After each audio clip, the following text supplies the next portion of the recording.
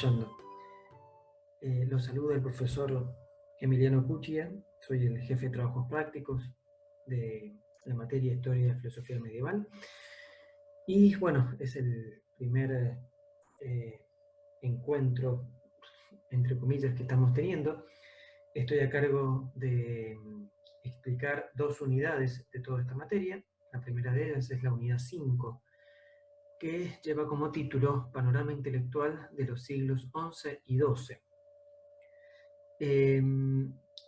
El contexto en el cual se mueve la filosofía medieval en estos siglos es un contexto que viene marcado particularmente por las, podríamos decir, consecuencias o influencias del desarrollo de la filosofía neoplatónica, particularmente de Juan Escoto Eriúgena, autor que ustedes vieron en la unidad pasada. El legado de Juan Escoto Eriúgena para todo lo que es la Europa occidental es un fortísimo desarrollo de la dialéctica, es decir, de la filosofía, del estudio racional, de la verdad y de los principios de la naturaleza y, digamos, entendiendo justamente como naturaleza, no meramente el mundo material, sino sobre todo el universo, el cosmos completo. Ahora bien, este desarrollo de la dialéctica, por este movimiento pendular que es común encontrar a lo largo de la historia de la filosofía, decía, este apogeo de la dialéctica implica, en cierto sentido, un desmedro de la teología. Es decir, aquellos que encontraron de golpe un profundo contenido filosófico en las obras de Juan Escoto Eriúgena y un redescubrimiento de Platón, comienzan a, si se quiere, abandonar o a polemizar con la teología, lo cual genera entonces una tensión, una dicotomía, podríamos decir, entre dos grandes grupos, ¿no? Por un lado, los dialécticos, que van a apelar como fuente del conocimiento, como fuente principal de todo conocimiento, a la ratio, a la razón. Todo argumento entonces tiene que estar fundamentado en una razón, en una demostración racional. Y algunos pensadores pertenecientes a esta rama, digamos, o defensores de esta rama, van a llegar incluso al extremo de incluso pretender que aquellas cosas que en una religión, en este caso la religión católica, son solo explicadas desde el punto de vista de la fe, son dogmas que deben ser creídos, llegaban incluso a plantear que debían ser demostrados racionalmente o si no, debían ser abandonados. Eso lógicamente generó una reacción. Esa reacción está concentrada en el campo de la teología y particularmente entre aquellos que defendían que la única, digamos, fuente de conocimiento verdadero era la autoritas, es decir, la autoridad. ¿La autoridad de quién? La autoridad de la Sagrada Escritura y la autoridad de los padres de la Iglesia, es decir, de los primeros teólogos. Entonces, cualquier cosa que fuese en contra de esa autoridad, sea nuevamente la Sagrada Escritura, sea un padre de la Iglesia cualquiera, era absolutamente rechazable, justamente porque la autoridad era el primer principio. Bien, esta tensión que yo les marco va a marcar a fuego todo lo que es la filosofía entre los siglos XI y XII, que es de lo que va a tratar esta unidad. Es una época en la cual, si bien no existen, no abundan los importantes autores filosóficos, hay sí 2 autores que son de enorme importancia y que de alguna manera van a jugar un rol, digamos, clave en esta tensión que les vengo hablando. Por un lado, tenemos a Pedro Abelardo, que va a ver marcada su vida, el desarrollo de su vida, por esta tensión entre dialécticos y teólogos. Va a sufrir, podríamos decir, en su vida un poco las consecuencias de esta suerte de guerra o de grieta entre dialécticos y teólogos. Pero por otro lado también tenemos a un autor de enorme importancia, como es Anselmo de Canterbury o de Aosta. Ya vamos a ver enseguida por qué se lo relaciona con tantos lugares distintos, que va a hacerse cargo de esta tensión y de alguna manera va a ofrecer una solución a la misma. Es decir, la tensión entre la autoridad de la fe, de las Sagradas Escrituras, y la razón, el argumento racional. Entonces no va a pararse Anselmo en uno de los dos polos, sino que va a tratar de solucionar esta tensión, va a tratar de solucionar esta antítesis o antinomio. Entonces, en esta clase en particular, en esta primera clase de unidad 5, vamos a encargarnos particularmente del pensamiento de Anselmo.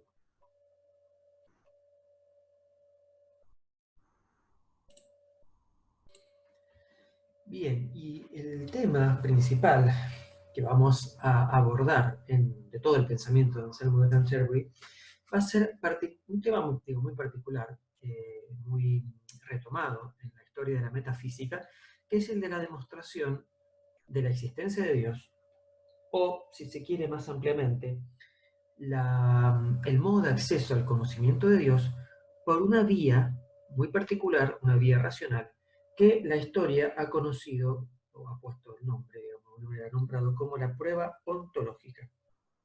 En realidad, el autor de este nombre, como vamos a ver enseguida, es Immanuel Kant. El famoso Kant, en su crítica a la razón pura, en la tercera parte, cuando habla justamente de la razón, de la inteligencia en definitiva, hace una suerte de antinomias de la razón pura en la cual presenta dos argumentos absolutamente contrapuestos, ¿cierto?, entre sí, o sea, que llegan a conclusiones contradictorias y que justamente la intención de Kant es mostrar que ambos argumentos son absolutamente lógicos en sí, no tienen ninguna falla, pero así todos llegan a conclusiones contradictorias. Entonces, en el fondo lo que muestra es que ambos argumentos son absurdos. Por eso pueden defender correctamente conclusiones que en realidad son contradictorias. Bueno, una de esos argumentos, una de esas antinomias, refiere a la demostración de la existencia de Dios. Por el lado de que Dios existe, digamos, pone un argumento que es en el fondo el argumento ontológico de Anselmo. ¿Bien? O sea, es este argumento que vamos a analizar en esta clase. Bien, pero antes de eso, vamos a dominar un poco el precio y vamos a hablar de un poco el texto en el cual Anselmo trae a colación este argumento y sobre todo el contexto. Decíamos que Anselmo de Canterbury es uno de los autores más importantes del siglo XI y, fíjense, muere a comienzos del siglo XII.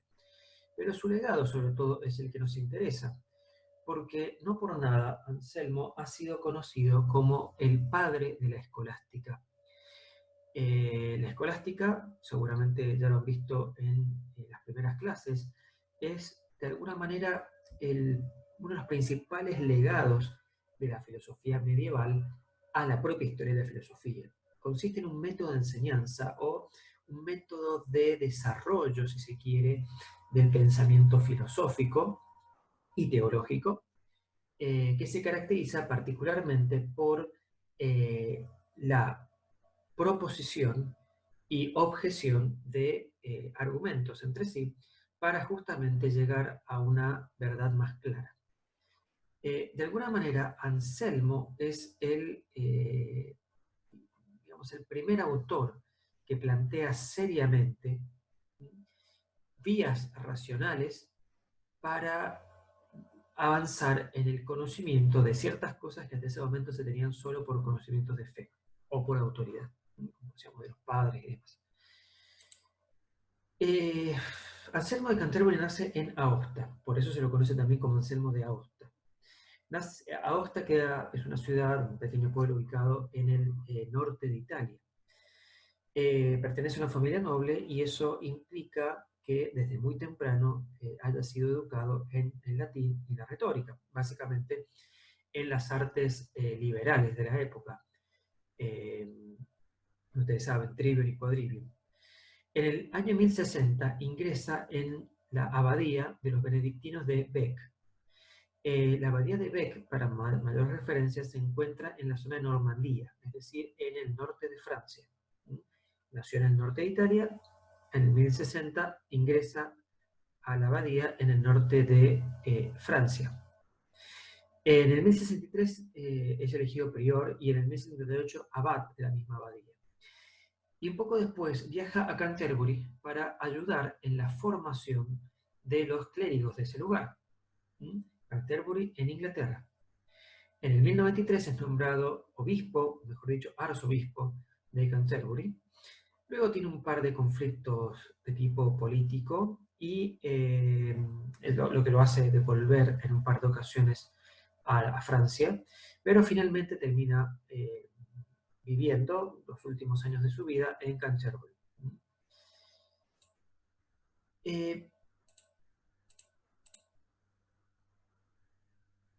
Bien, voy a volver un poquito atrás. En realidad son varias las obras destacadas de Anselmo.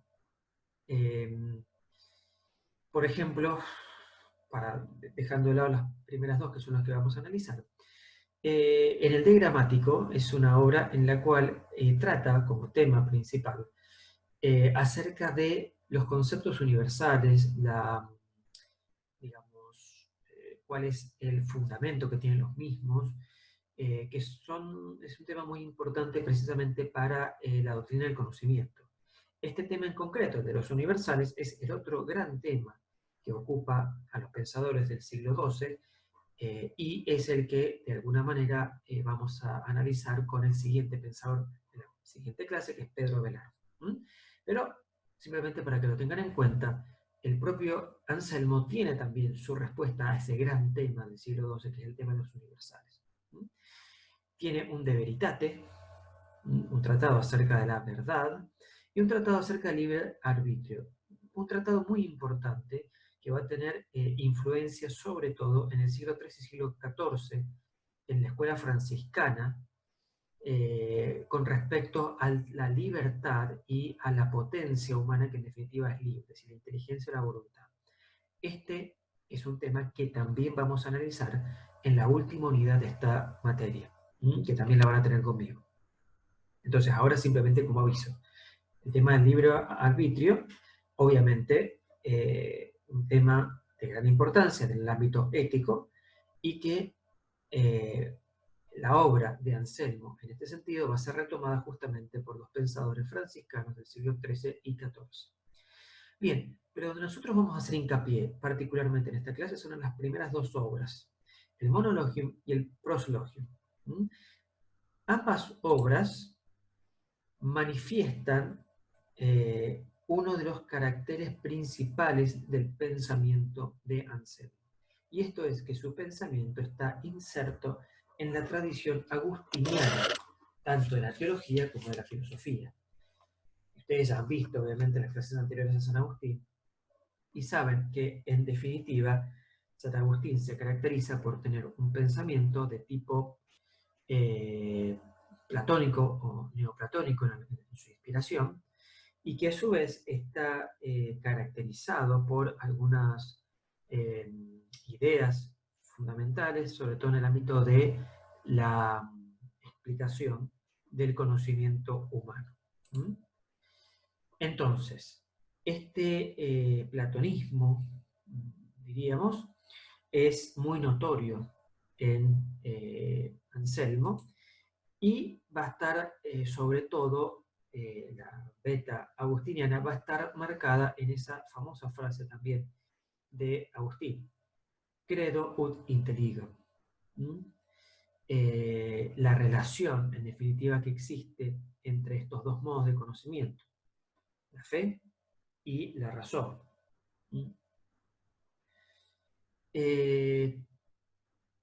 ¿Esto qué quiere decir? Para Anselmo, como buen seguidor de Agustín, la razón por sí sola, la razón abandonada a su propia fuerza y pretendiendo conocer todo el universo por su propia fuerza, es mera presunción. Es necesario el conocimiento de la fe para iluminar particularmente aquellas realidades que están por encima de nuestra inteligencia, aquellas realidades que nos superan. En este caso, y en principalísimo caso, el conocimiento de Dios. Esto quiere decir que, de alguna manera, Anselmo está poniendo como principio del conocimiento, tal vez incluso como un principio temporal, la fe, el don. Pero esto no quiere decir que Anselmo se quede solo con la fe, porque a su vez la fe busca inteligir. Fides, querens, intellectum. La fe busca la inteligencia. Y esto, en el fondo, lo que implica es que si la sola ratio, la sola razón es presunción, la sola fides, es decir, la fe abandonada a sí misma, para Anselmo es negligencia. Creer sin pensar, creer sin inteligir, sin razonar, sin intentar comprender racionalmente lo creído, es negligencia para el hombre. Entonces, si bien la fe fundamenta y posibilita la razón como puntapié inicial, es necesario también que la razón ayuda y asista a la fe. Entonces, la fe excede a la razón, ciertamente. Y fíjense esta frase que van a encontrar en el prosloquio cuando vayan a leerlo. No intento, Señor, penetrar tu profundidad, porque juzgo mi intelecto de ningún modo suficiente para tal cosa. Es decir, el intelecto no alcanza a penetrar en la profundidad de Dios. No puede conocer todo el cosmos y menos al autor del cosmos. Pero la fe debe ser analizada por la razón. Y continúa Anselmo en el mismo prosloquio. Pero deseo entender en algún grado tu verdad, que mi corazón cree y ama. Ese deseo de entender es en definitiva la expresión de una inteligencia no negligente en el conocimiento. Si careciera de ese deseo, y si no siguiese el deseo de entender en algún grado al menos la verdad que se conoce por la fe, esa persona sería negligente.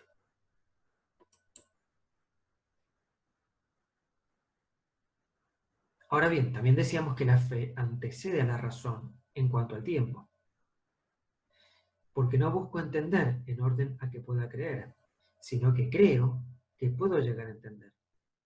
Porque también creo esto, que a menos que crea, no entenderé. Y acá se nos puede plantear una cuestión, una primera cuestión polémica, y esta es, ¿acaso no dijimos al comienzo que vamos a demostrar la existencia de Dios? Si vamos a demostrar la existencia de Dios, ¿tiene sentido partir de la fe? ¿Tiene sentido partir de creer que Dios existe? En otras palabras, si creo que Dios existe, ¿por qué necesito demostrar su existencia? Bien, si estuviésemos en la situación normal de clase, si estuviésemos presentes en el aula, les puedo asegurar que nos quedaríamos bastante rato discutiendo sobre esto, precisamente porque es una de las preguntas principales que surgen al momento de intentar entender a un autor medieval que está demostrando supuestamente la existencia de Dios.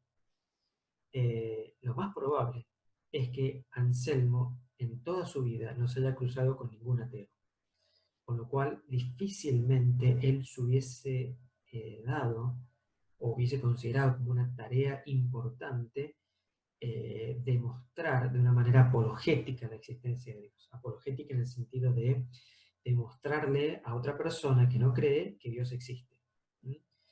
Tratar de convencer a alguien de que Dios existe. Difícilmente Anselmo esté pensando en eso. Lo que ocurre, lo que intenta Anselmo, en realidad no es demostrar la existencia de Dios. en el sentido que decíamos recién. Lo que está intentando hacer es ver o probar que la sola inteligencia, sí, la sola inteligencia, mejor dicho, puede llegar a comprender la existencia de Dios, puede llegar a caer de alguna manera en la conclusión de que Dios existe. No es que él crea que Dios no exista, no es que él crea que haya alguien o que se haya encontrado con alguien que crea que Dios no existe. Lo que él está intentando hacer es ver hasta qué punto la razón puede ser utilizada, puede ser, digamos, forzada o puede ser ejercitada en el conocimiento hasta llegar al punto de conocer a Dios. ¿Hasta dónde mi razón puede conocer a Dios? Basándose solamente en su propia fuerza y sin apelar a argumentos de autoridad. ¿Mm? Ahora, el punto de partida sigue siendo la fe, es decir, sigo sigue iluminada mi inteligencia, digo, por la fe. Esto es importante aclararlo, porque a veces pretende surgir esta objeción, ¿no?, contra Anselmo. ¿Cómo va a demostrar la existencia de Dios si ya estando por supuesto lo que pretende demostrar? Sería un argumento, un círculo vicioso, sería digamos, una falacia, toda su argumentación. Bueno, lo que pasa es que no está tratando de demostrar la existencia de Dios como nosotros exigimos, ¿no? ¿No? Como se exigiría, digamos, para utilizarlo como herramienta apologética, ¿no?, para convencer a alguien que no cree en Dios. Él no está pensando en eso. Él lo que está buscando entonces es ver cuáles son los límites de la razón sola, con respecto al conocimiento de Dios. Bien, hecha esa aclaración, vayamos entonces un poco al tema en concreto. El tema de la existencia de Dios y de su naturaleza también podríamos decir, ampliando un poco la cuestión, de conocer la naturaleza de Dios y su existencia racionalmente, es abordado por Anselmo en dos obras, las que dijimos recién, Monologium y Proslogium. Cada una de esas obras parten de una certeza, podríamos decir, principal, algo que está de alguna manera dado. Y esto en realidad particularmente el proslogio. Esta certeza principal está negada por los insensatos. Estos insensatos está puesto entre comillas porque, nuevamente, Anselmo en su obra lo plantea como, no como una persona real, sino como una suerte de hombre de paja, como una suerte de interlocutor imaginario, como si uno dijese ahora, imagínense que ustedes están hablando con una persona que piensa tal cosa. Bueno, ¿cómo harían para que esa persona deje de pensar tal cosa y piense tal otra? ¿No? Algo así está haciendo Anselmo. Él se está poniendo enfrente de un imaginario insensato que dice que Dios no existe. Entonces, ¿cómo puedo hacer para racionalmente, o sea, solo utilizando argumentos racionales, probar que Dios existe? Ahora, esto quiere decir que Anselmo estaba preparando una herramienta para estrictamente hacer apología, hacer apologética. No. Simplemente está ejercitándose dialécticamente. Y, como ustedes ya sabrán, por toda la filosofía que han visto y que van a seguir viendo, la dialéctica requiere un diálogo, justamente, requiere un interlocutor, requiere un ida y vuelta. Entonces, por eso él necesita crear un interlocutor, imaginar un interlocutor que de alguna manera sea el contrapunto de sus argumentos, para probar, para ir testeando sus argumentos.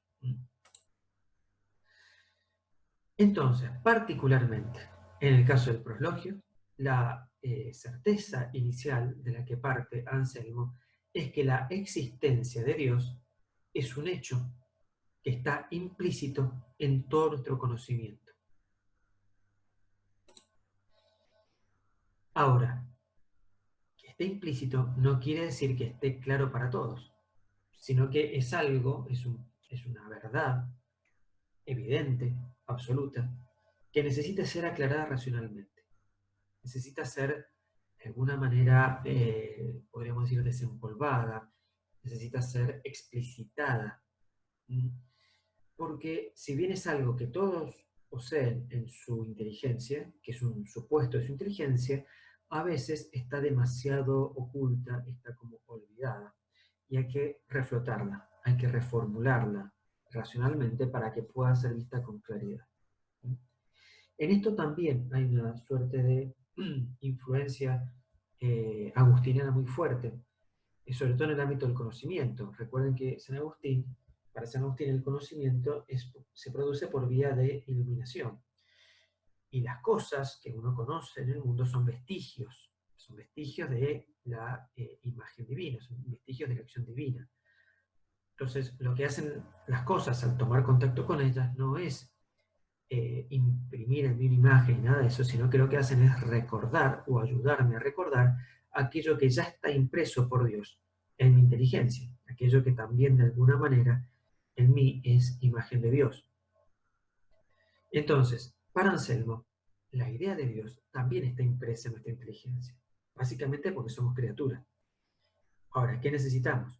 Aclarar esa idea, ponerla de manifiesto, de alguna manera sacarla de la nube, sacarla de las tinieblas en las que se encuentra y explicitarla para que pueda ser comprendida y admitida por todos. Entonces, a eso apunta la demostración de la existencia de Dios de Anselmo. A mostrar entonces, en definitiva, que la existencia de Dios y varios atributos de su naturaleza no son algo que solo pueda ser conocido por fe, sino que son algo que también pueden ser conocidos por sola una vía racional, o sea, por una vía racional abandonada a sí misma. La razón, por sus propias fuerzas, puede llegar a conocer que Dios existe. Y para esto plantea dos caminos. Un camino que es propter quid, es decir, a causa de lo cual, o en todo caso, va a ser conocido más adelante como argumento a priori, es decir, que no parte de las consecuencias para remontarse a la causa, sino que al revés, intenta demostrar la existencia de Dios a partir del propio conocimiento de la naturaleza divina o de la idea de Dios. Este argumento pretende entonces ser un argumento, o pretende demostrar que la existencia de Dios es un hecho evidente por sí mismo. De eso se trata el proslogia. Ese argumento es el argumento que Anselmo desarrolla en el proslogia. Pero por otro lado, existen unos argumentos, una serie de argumentos, que han sido conocidos como argumentos quia, argumentos porque, o en todo caso argumentos que se basan en la causalidad y que van desde los efectos, desde el análisis de los efectos, remontándose a la causa para demostrar que en todo caso los efectos que vemos solo pueden haber sido causados por un ser supremo, que es el que llamamos Dios. Entonces, de esta manera, la existencia de Dios sería evidente, pero no por sí misma, sino a partir de lo que uno puede llegar a conocer desde otras cosas, o de otras cosas. Esos son los argumentos que vamos a encontrar en el monologio. Bien, partamos entonces brevemente analizando esta obra, para de alguna manera, por contraste también, ver cuáles son las diferencias con el proslogismo, que es en definitiva el gran tema de esta clase y el que va a ser de alguna manera evaluado en la ejercitación. Bien, el argumento del monologio, mejor dicho, los 4 argumentos del monologio tienen una estructura similar. Lo único que varían es en el punto de partida y en el tema que trata el argumento. Pero básicamente todos tienen una misma estructura. Parten de un punto de partida que es la experiencia de los sentidos. Es decir, parten desde un hecho evidente, que es lo que los propios sentidos nos muestran de la realidad. Tienen un punto medio, que es básicamente el planteo de una cualidad que es participada por las múltiples cosas que conocemos de la realidad y que es participada y compartida, y se halla presente, de múltiples maneras en esas múltiples cosas. Entonces, repito, los argumentos tienen un punto de partida, que es la observación de los sentidos, lo que los sentidos encuentran en la realidad como algo evidente, lo que el ojo ve, lo que el oído oye, etc. A su vez, los argumentos tienen un medio, que es una cualidad en particular que es detectada como común a todas las cosas que se perciben a través de los sentidos. Esa cualidad, ese medio, es lo que va variando en cada uno de los argumentos, ¿no? ¿En qué es lo que se fija cada argumento? En tal o cual característica que es compartida por todos los seres que observamos a través de nuestros sentidos. Luego, el argumento, todos los cuatro argumentos tienen una vía, un camino. Y ese camino es básicamente la reducción de lo múltiple a lo uno. Es decir, la multitud de características que encontramos, de cualidades que encontramos en esa realidad multiforme, debe tener una única causa. Y es acá, en este punto, donde aparece con absoluta claridad esta idea platónica o neoplatónica que alimenta el pensamiento de Anselmo, que es la idea de participación. Lo múltiple solo se explica en su existencia por la participación desde lo uno. Lo múltiple no se explica por sí mismo. Lo múltiple solo se explica por la existencia de lo uno. Y finalmente, aplicado ese principio al análisis de la realidad, la conclusión, la finalización del argumento es que debe existir lo uno, que no solo es uno, sino que es el grado máximo de la cualidad analizada y la causa, precisamente, de que las demás cosas participen de esa cualidad. Bien. Dicho esto en abstracto, veamos en concreto cómo va la cosa. Porque entonces decíamos, partimos de una pluralidad existente, observada a través de los sentidos, y a lo que buscamos es que este hecho evidente solo puede ser explicado mediante la posición, mediante la postura de un principio único y supremo que es causa de todo. Ese principio único, ese principio al que llega todo argumento, es Dios. Bien, entonces para ir en concreto, decíamos que el monologio tiene 4 argumentos. El primero de ellos puede ser resumido de la siguiente manera. Todas las cosas se relacionan entre sí según el más, el menos o la igualdad. Las cosas que así se relacionan son tales por algo en común. A ver, si algo es más que otra cosa, y otra cosa es menos que tal otra, y esta cosa es igual que tal otra y demás, obviamente toda comparación tiene que tener un medio, tiene que tener un instrumento que sirva justamente de herramienta para medir, que sirva justamente de intermediario para realizar la comparación. Nosotros decimos que algo, una barra de hierro, es más larga una que otra, básicamente porque la estamos comparando con respecto a un metro. Entonces decimos que 3 metros es más grande que un metro, o que 1,5 metros, o que 2 metros, etc., porque precisamente estamos utilizando una única unidad de medida, que nos sirve justamente de instrumento para la comparación. Esto es algo evidente y esto es algo que ocurre con todas las cosas. En el caso concreto del primer argumento, lo que plantea Anselmo es que hay cosas que llamamos mejores o que llamamos peores entre sí. Hay cosas que tienen mayor bondad hay cosas que tienen menor bondad. Y esto en varios ámbitos de la vida, no solo en el ámbito moral, donde hay acciones mejores y peores, sino también incluso en las cuestiones que hacen a la vida biológica, física. Hay alimentos que son mejores, hay alimentos que son peores. ¿Sí? Entonces, la idea de mejor o de peor implica que debe haber un bien supremo que se establezca como justamente punto de medida de la bondad o maldad de las cosas que existen. Debe haber algo que sea el bien supremo, algo bueno de una manera suprema, que esté por encima de todas las cosas que podemos llamar buenas. Ese algo bueno supremo no solo es supremo en cuanto al bien, sino a su vez es causa del bien de las demás cosas.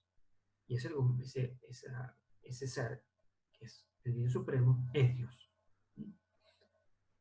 Si uno analiza un poco este argumento, más allá de la conclusión a la cual llega, que es la demostración de la existencia de Dios como persona, digamos, eh, lo interesante del caso es que es un argumento que perfectamente podría aplicarse, menos la conclusión, a Platón. Recuerden, Platón, cuando habla de la idea de bien, es justamente la idea de bien aquello por lo que las demás cosas se dicen que son buenas. Es causa de las demás cosas. ¿Mm? Es precisamente el sol que está fuera de la caverna y que es causa de que las demás cosas no solo existan, sino que además puedan ser conocidas. ¿Mm? Claro, esta idea de bien, ¿mm?, que en Platón es eso, una idea, en Anselmo es una persona, es Dios. Pero por lo demás, el argumento es básicamente de corte platónico. En este caso, Dios, la bondad primera, el bien en sí, es no solo lo máximamente bueno, sino a su vez causa de la bondad de las demás cosas. Muy bien. El segundo argumento comienza de una manera absolutamente similar al primero. Todas las cosas se relacionan según el más, el menos o la igualdad. Las cosas que así se relacionan son tales por algo común, por una unidad de medida, un metro, algo que me permita comparar una cosa con otra. Ahora bien, si hay cosas mayores o menores, entonces hay algo supremo en grandeza. ¿Mm? Así como en el primer argumento dijimos, si hay cosas mejores o peores, entonces tiene que haber un bien absoluto y primero, frente al cual las demás cosas se comparan. De la misma manera aquí, si hay cosas que son mayores o menores, entonces hay algo supremo en grandeza. No estamos hablando acá de grandeza de tamaño físico, material, sino estamos hablando de grandeza ontológica, de perfección en el orden del ser. Si hay cosas que son más perfectas en el orden del ser o menos perfectas en el orden del ser, entonces tiene que haber algo que sea supremo en perfección, en grandeza. En este sentido, podríamos decir que obviamente un ser humano es más grande en cuanto a su, digamos, perfección ontológica que una piedra. ¿Por qué? Bueno, básicamente porque posee un alma inmortal, capacidad de inteligencia, de voluntad, de elección libre, etcétera, etcétera, etcétera. Entonces, desde el punto de vista de la grandeza ontológica, es mayor un ser humano que una piedra. Ahora, si puedo comparar estos dos instrumentos, estas dos cosas que existen en la realidad, es porque precisamente tengo un medio que me permite compararlos. Ese medio es la grandeza suprema, que me muestra que el ser humano es más parecido a esa grandeza suprema que la piedra.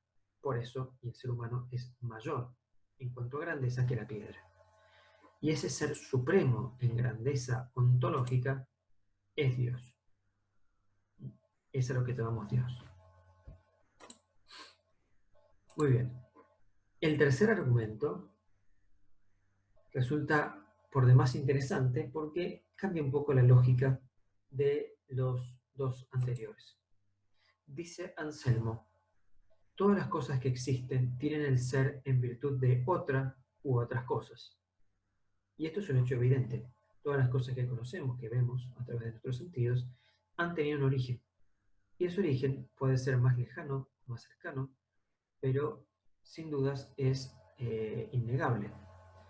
Nosotros mismos sabemos que tenemos un origen, nacimos en algún momento, somos el fruto de la libre elección y la acción de nuestros padres. Y a su vez nuestros padres, de nuestros abuelos, y nuestros abuelos, de los bisabuelos, y etc.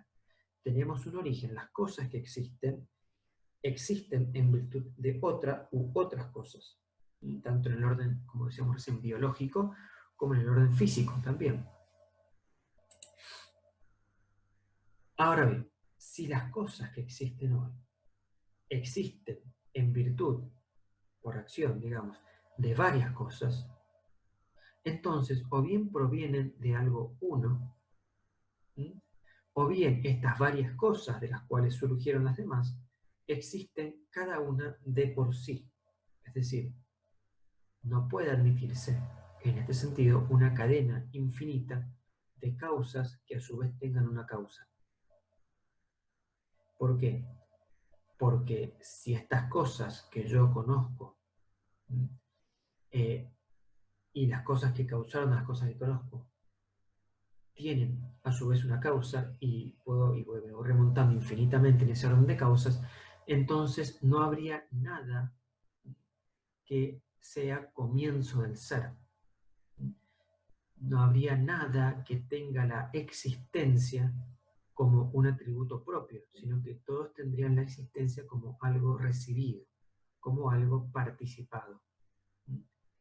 Tendrían una parte de la existencia, pero no serían la existencia por sí mismas.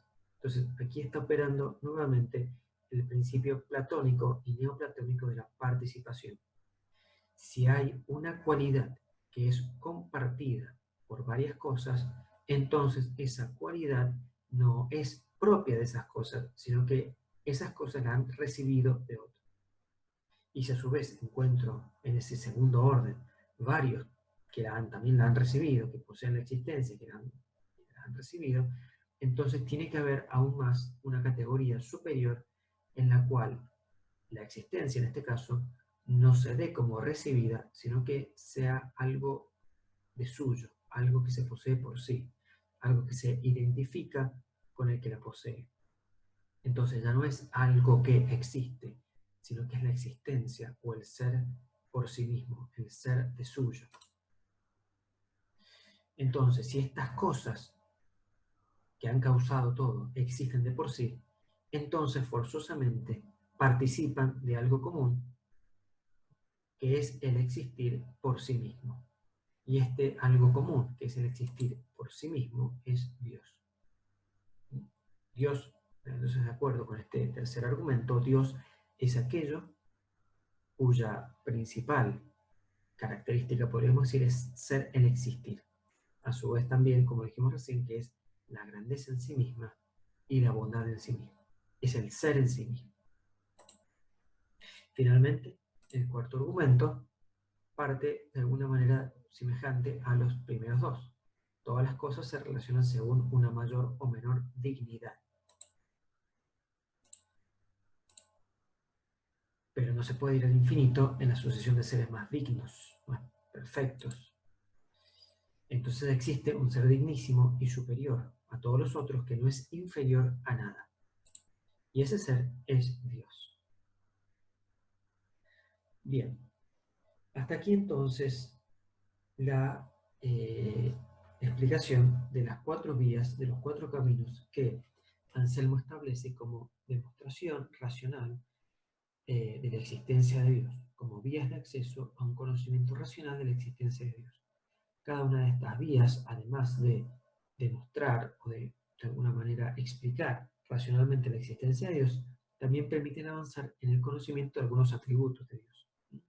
Como dijimos recién, entonces Dios debe ser la suma perfección, o sea, debe ser infinitamente perfecto, debe ser la suma grandeza, debe ser valga la redundancia, el ser por sí mismo y no existir porque haya recibido la existencia de alguien, sino que él mismo es el ser y él mismo por ende da la existencia de todas las cosas. Y finalmente es el ser más digno de todos, el que posee mayor dignidad. Bien, Ahora bien, el siguiente texto para analizar, que es el Proslogio, precisamente trata, o mejor dicho, vuelve sobre el mismo tema, que es el conocimiento racional de la existencia de Dios y de su naturaleza, pero lo hace con una vuelta de tuerca, lo hace con un cambio que el propio Anselmo se toma la molestia de explicitar en el proemio de esta obra. ¿Mm? Y en el proemio, ustedes ya lo van a leer, él dice, bueno, hace unos años, por instancia de unos monjes a los que él estaba educando, me pidieron si no existía una manera de conocer la existencia y la naturaleza de Dios de una manera meramente racional. Y les preparé para ellos una obra en la cual había cuatro caminos para demostrar. Aquí son los cuatro argumentos que ya vimos. Pero lo que habría es lo interesante. Y él dice, bueno, pero de allí en más he pensado si no existiría una manera más sencilla de llegar al mismo conocimiento. Una manera que no implique tantos argumentos y que no implique tantos pasos, sino que de una manera completamente clara y más breve permita llegar a la misma conclusión. Esto es, que Dios existe, que es sumamente perfecto, que es un ser necesario, que no puede existir, etc. Eso es lo que él intenta hacer en el proslogio, eso es lo que va a desarrollar en el proslogio. Entonces, aquí nos encontramos con el mismo objetivo del que va, de alguna manera, el que motiva al monologio. ¿Sí? Esto es conocer la existencia y los atributos desde la razón y sin apelar a la autoridad. Pero la gran diferencia del proslogio con el monologio es la metodología. Aquí lo que está buscando Anselmo en el proslogio es un único argumento que demuestre la existencia de Dios y que sea autosustentable. Esto es decir, que no necesite de otra demostración anterior ni de ninguna otra explicación, que por sí mismo, por él solo, demuestre que Dios existe y permita avanzar en el conocimiento racional de su naturaleza. Entonces, esto quiere decir que este argumento del proslogio no se basa en hechos múltiples, no se basa en el orden de las causas, no se basa en lo que observan o conocen los sentidos de una manera evidente. El argumento del proslogio se basa solo en la razón, desconectada, podríamos decir, de todos los conocimientos que vienen por el lado de lo sensible. Por eso entonces es un argumento propter quid. Es un argumento propter quid entonces porque no utiliza la evidencia de los sentidos, sino que intenta demostrar la existencia de Dios partiendo de la propia idea de Dios y sin salir de esa idea. Entonces, como les decía al comienzo, este argumento ha sido llamado argumento ontológico por Immanuel Kant en su libro La crítica de la razón pura. ¿En qué consiste, o mejor dicho, desde qué punto parte este argumento? Bueno, recuerden que en el monologio habíamos dicho que todos los argumentos tienen un punto de partida que era la observación de la naturaleza, aquello que puede ser conocido a través de los sentidos. Bueno, en este caso el proslogio no parte justamente de la naturaleza, no parte de lo que es observado con los sentidos, lo que es captado con ellos. El argumento del proslogio comienza con la propia idea de Dios. Y dice Anselmo que si tuviésemos que definir a Dios de una manera muy sencilla y que todos entiendan, deberíamos decir que Dios es el ser cuyo mayor no puede ser pensado. Anselmo dice que esta definición es perfectamente admitida incluso para aquellos que, podría ser perfectamente admitida incluso para aquellos que no crean en Dios. Aunque, dice Anselmo, aunque el insensato diga en su corazón, no hay Dios. Sin embargo, él puede comprender, cuando yo le planteo, que piense en un ser cuyo mayor no puede ser pensado. Esto es, un ser que posea todas las perfecciones que puedan ser pensadas y en un grado máximo. Entonces, esta idea de Dios, por más que no se crea en su existencia, esta idea de Dios sí puede ser conocida por todos, sí puede ser aceptada por todos. Si vamos a hablar de Dios, estamos admitiendo que Dios es un ser sumamente poderoso, o sea, absolutamente todopoderoso, y sumamente perfecto, de tal manera que no se puede pensar en nada que sea más perfecto. Bien, entonces, si es un ser cuyo mayor no puede ser pensado, entonces es un ser que posee todas las perfecciones. Esto es bastante fácil de entender. Si es el ser cuyo mayor no puede ser pensado, entonces ese ser debe tener todas las perfecciones posibles, todo lo que se pueda pensar como perfección, y las debe poseer en grado máximo, porque si no poseyese todas las perfecciones, o a su vez no las tuviese en su grado máximo, entonces no sería aquello cuyo mayor no puede ser pensado, no sería lo máximo que pueda ser pensado. Ahora bien, la existencia, es claro, la existencia fuera de la mente es una perfección, y esto es fácil de admitir. Cualquiera de nosotros sabe que vale más 5 pesos en la mano que $1.000.000 solo en mi imaginación. ¿Mm? Existir en la realidad, existir fuera de la mente, es una perfección. Y es una perfección de tal grado que los 5 pesos que uno puede tener en la mano valen muchísimo más que los trillones de dólares que uno solo puede imaginar, que uno solo puede tener en su inteligencia o en su imaginación. ¿Mm? Hasta la más ínfima moneda de un centavo vale más que toda la plata que yo pueda imaginar, por una razón muy sencilla y muy, digamos, al menos para el ejemplo que he dado, una razón muy pragmática. $1.000.000 imaginados no compran nada, pero por lo menos un billete de 5 sí compra algo. La imaginación, lo meramente, digamos, lo que solo tiene existencia mental, no tiene la perfección ontológica que implica la existencia fuera de la mente. Pero si dijimos entonces que aquello cuyo mayor no puede ser pensado es algo que de alguna manera puede ser pensado por el insensato, lo más perfecto que pueda ser pensado, entonces, si debe tener todas las perfecciones, esa perfección de la existencia que estamos viendo acá también tiene que ser atribuida a ese ser. En otras palabras, no puedo pensar al ser cuyo mayor no puede ser pensado como no existiendo. Porque si yo lo pienso como no existiendo, entonces le he arrebatado una perfección y ya no es el ser cuyo mayor no puede ser pensado. De esta manera, el ser supremo, que puede ser pensado, es decir, aquel cuyo mayor no puede ser pensado, debe ser pensado necesariamente como algo que existe, es decir, como algo que tiene la perfección de la existencia. Porque si no la tuviese, entonces no sería el más perfecto de todos, no sería el ser supremo que pueda ser pensado.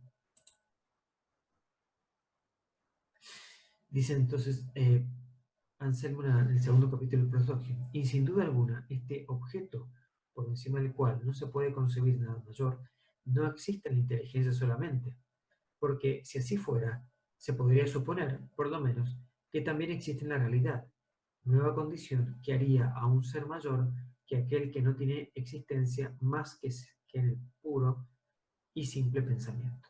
¿Mm? Entonces, fíjense lo que está diciendo acá es que cualquier ser que solo tiene existencia en el pensamiento es siempre inferior a cualquier cosa que, por muy pequeña que sea, existe de hecho en la realidad. Entonces, la existencia en la realidad es de suyo una condición, podemos decir, necesaria para caracterizar aquello cuyo mayor no puede ser pensado, a aquello que es lo más perfecto.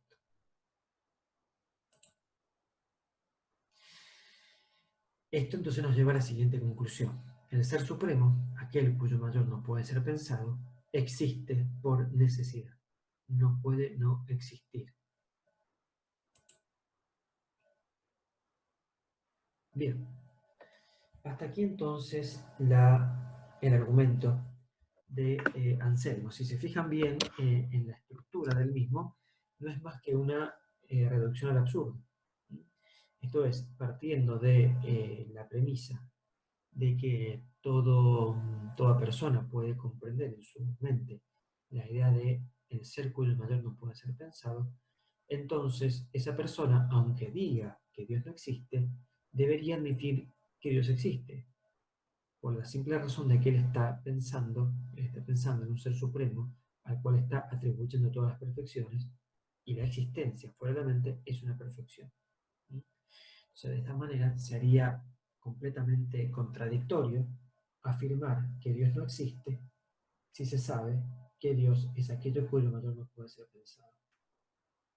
Bien, pero claro, el argumento igual sigue generando polémicas y un poco de la misma manera que les dije al principio, si esta clase la estuviésemos teniendo presencialmente, como hemos hecho hasta el año pasado, podríamos estar discutiendo horas con respecto a si el argumento que acabo de explicar aquí demuestra o no demuestra la existencia de Dios. Bien, es bueno saber también que estas objeciones, estas dudas acerca del argumento, no son algo propio de esta época, sino que ya un contemporáneo de Anselmo le planteó la imposibilidad, en todo caso, de que ese argumento concluyera correctamente en la existencia de Dios. ¿En qué consiste la objeción de este monje Gaunilio que le escribe a Anselmo? Bien, el argumento se encuentra en estas páginas que se denomina, o que el propio autor ha puesto como título, libro escrito en favor de un insensato. Básicamente sería algo así como el abogado defensor de aquellos que dicen no creer en Dios. Nuevamente, hay que tomar muy con pinzas lo que implica, tanto para Anselmo como para Gaunilio, esta idea de que alguien no cree en Dios, cuando probablemente ninguno de los dos haya visto o haya conocido a alguna persona atea en esa época, en ese momento. Pero bien, lo que dice Gaunilio en concreto con respecto al argumento de Anselmo es que se verifica en él un tránsito ilegítimo del mundo de la idea, del mundo ideal, del mundo de los conceptos de la mente, al mundo real, al mundo concreto que está fuera de mi mente y que no depende de mi inteligencia. Lo que dice Gaunilio es que el argumento presentado por Anselmo solo demuestra la imposibilidad de que exista un pensamiento superior al que he pensado. Es decir, el argumento solo demuestra que es imposible, o mejor dicho, demuestra en todo caso la imposibilidad de que una inteligencia, un ser inteligente pueda pensar algo por encima de lo máximo que pueda ser pensado. Pero eso no implica o no conlleva la existencia real de eso que estoy pensando. Necesito evidencia real para llegar a una conclusión acerca de la realidad de esa idea que está en mi mente. Necesito demostrar en lo concreto y a partir de alguna evidencia real y exterior de mi mente que ese ser efectivamente existe. Si se quiere considerar como existente en el espíritu una cosa que, sin embargo, el pensamiento no puede representarla bajo la forma de un ser real cualquiera, no lo niego. Pero como de esta manera de existencia ideal no se sigue necesariamente que exista en la realidad, no le concedo esta existencia, a menos que se me lo demuestre por una prueba irrefutable. Entonces lo que dice Gaunilio, particularmente en esta pequeño, eh, en esta pequeña cita, es que si uno quiere simplemente como un ejercicio intelectual pensar cómo sería el ser más perfecto cuyo mayor no puede ser pensado, bueno, eso es fabuloso, uno puede pensarlo. Lo que no puedo hacer es pretender que porque puedo pensar un ser así, entonces ese ser debe existir. Eso es lo que no puede ser admitido por Gaunilio.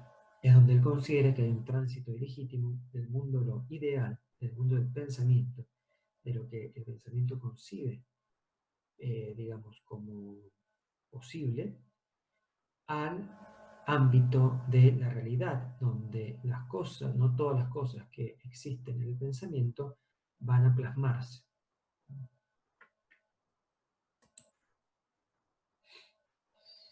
Y Gaunilio pone un ejemplo muy curioso y muy gracioso de una isla perdida.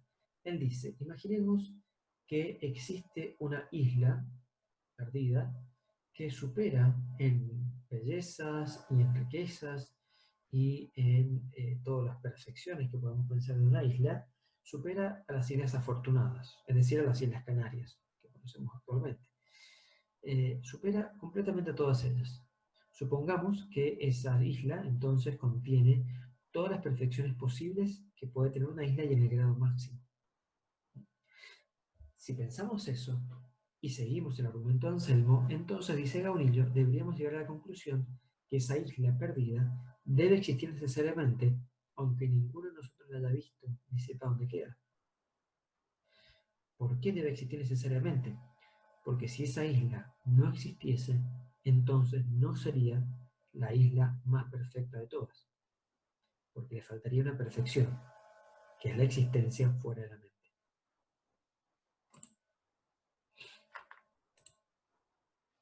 Ante este argumento de Gaunilio, obviamente Anselmo tiene una respuesta.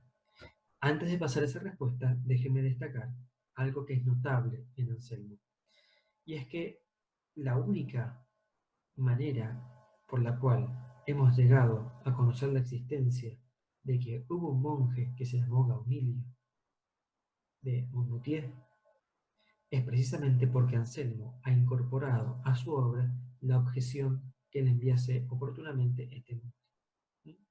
Aquí es donde se ve entonces, como les decía al comienzo, este principio del método escolástico, esta idea de que Anselmo es de alguna manera el padre de la escolástica, porque no solo plantea la presencia, digamos, de algún hombre de paja, algún enemigo virtual, digamos, para poder desarrollar su pensamiento dialécticamente, sino que a su vez también se sirve de las objeciones que le plantea un contemporáneo de él, como es este monje Gaunilio, para a su vez poder, a partir de la respuesta a esa objeción, aclarar aún más la cuestión.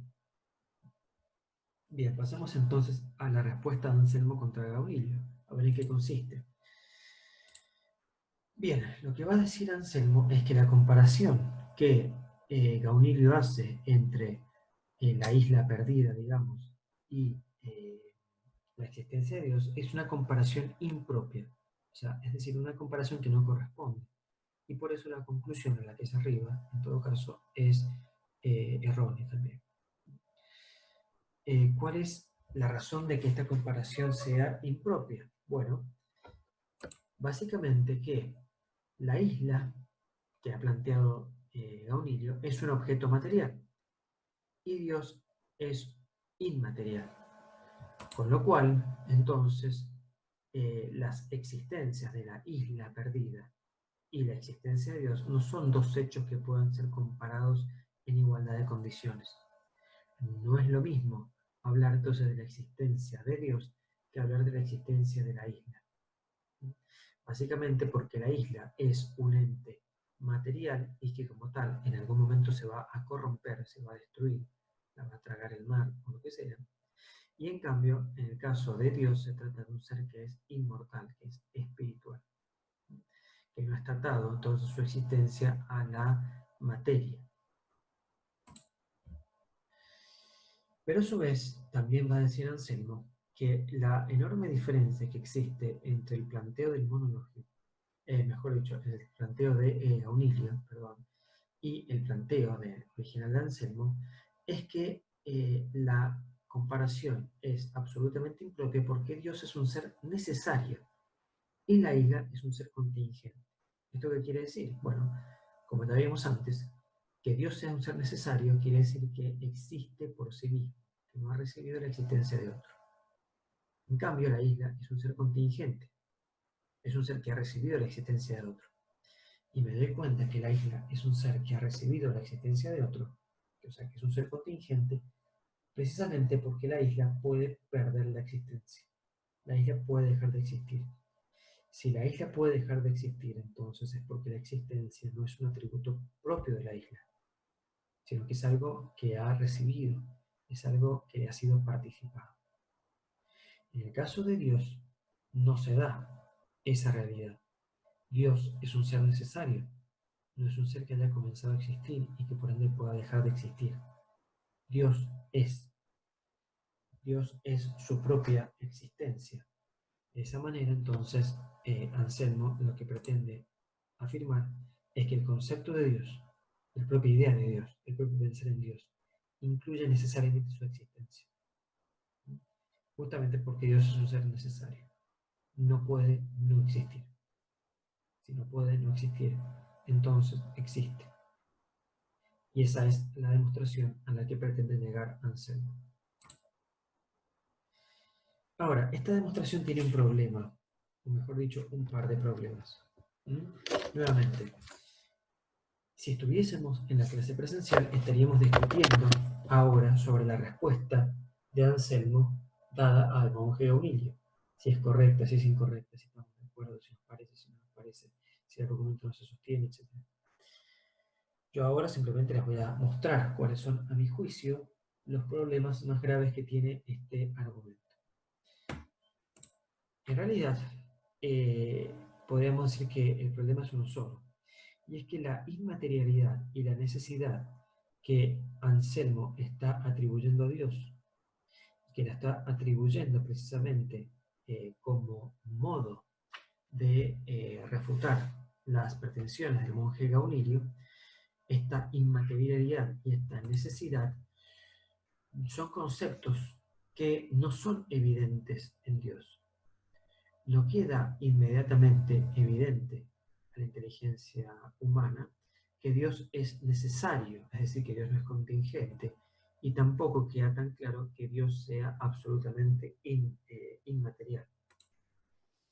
Entonces, para poder llegar a un conocimiento que me revele que Dios es el ser necesario y que Dios es un ser inmortal, ¿sí?, es decir, eterno e inmaterial, es requerida una indagación previa.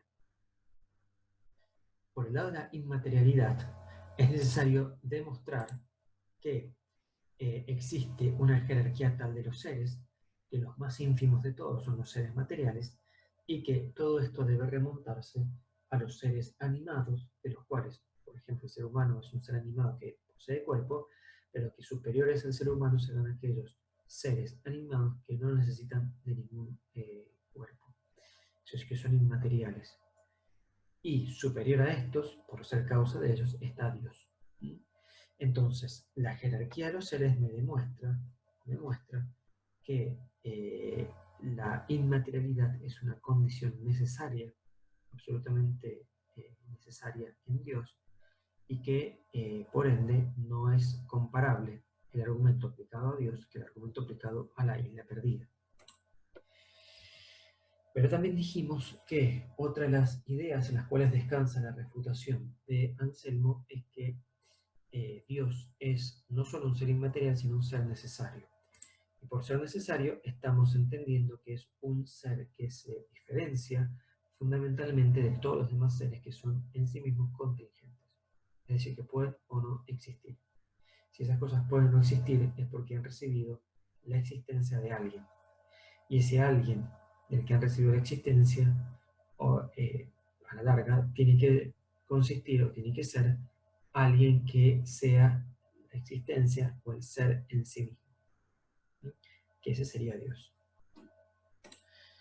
Bien, pero entonces, volviendo a la cuestión, el problema que tiene este recurso que hace Anselmo, por un lado a la necesidad de Dios, por otro lado a la inmaterialidad, como para fundamentar que su argumento no puede ser utilizado para una isla o para otro tipo de objetos, el problema, digo, que tiene esto es que llegar a la conclusión de que Dios es un ser necesario y de que Dios es un ser inmaterial es en realidad el fruto de un análisis realizado siguiendo argumentos del tipo quia, es decir, de los argumentos que vimos en el monologio.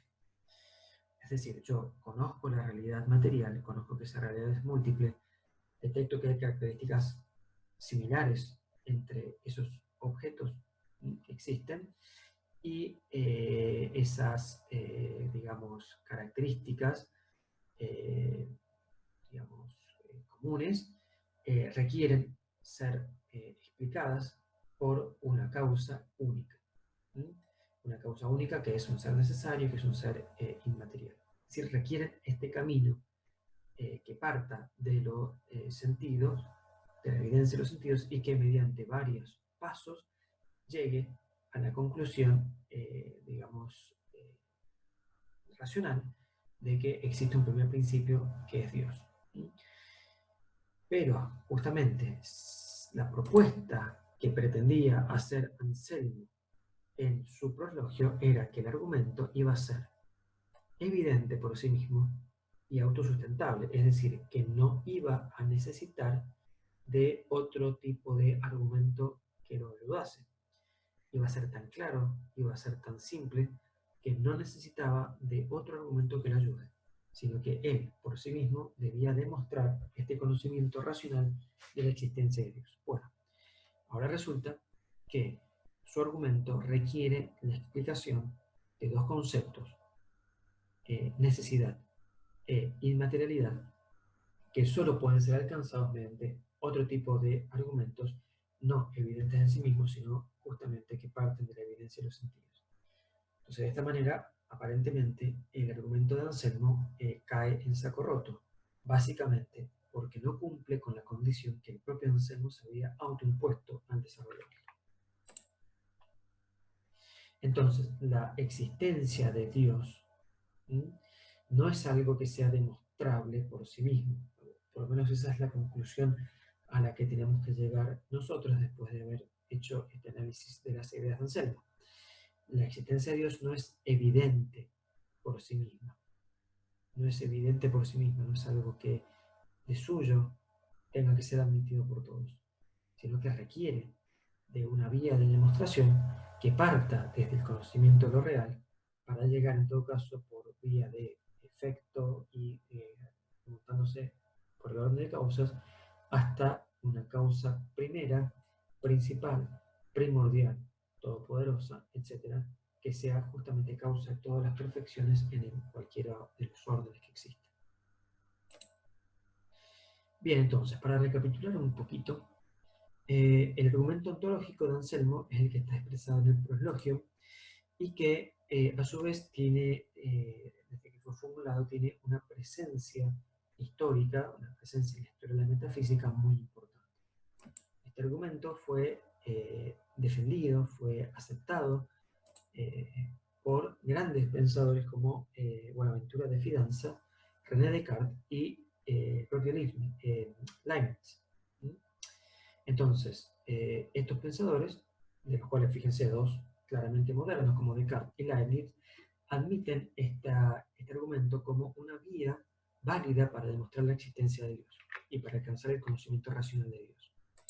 Pero también este argumento fue en su momento rechazado, y es rechazado por autores también de enorme peso. Nombremos simplemente a dos, Tomás de Aquino e Immanuel Kant.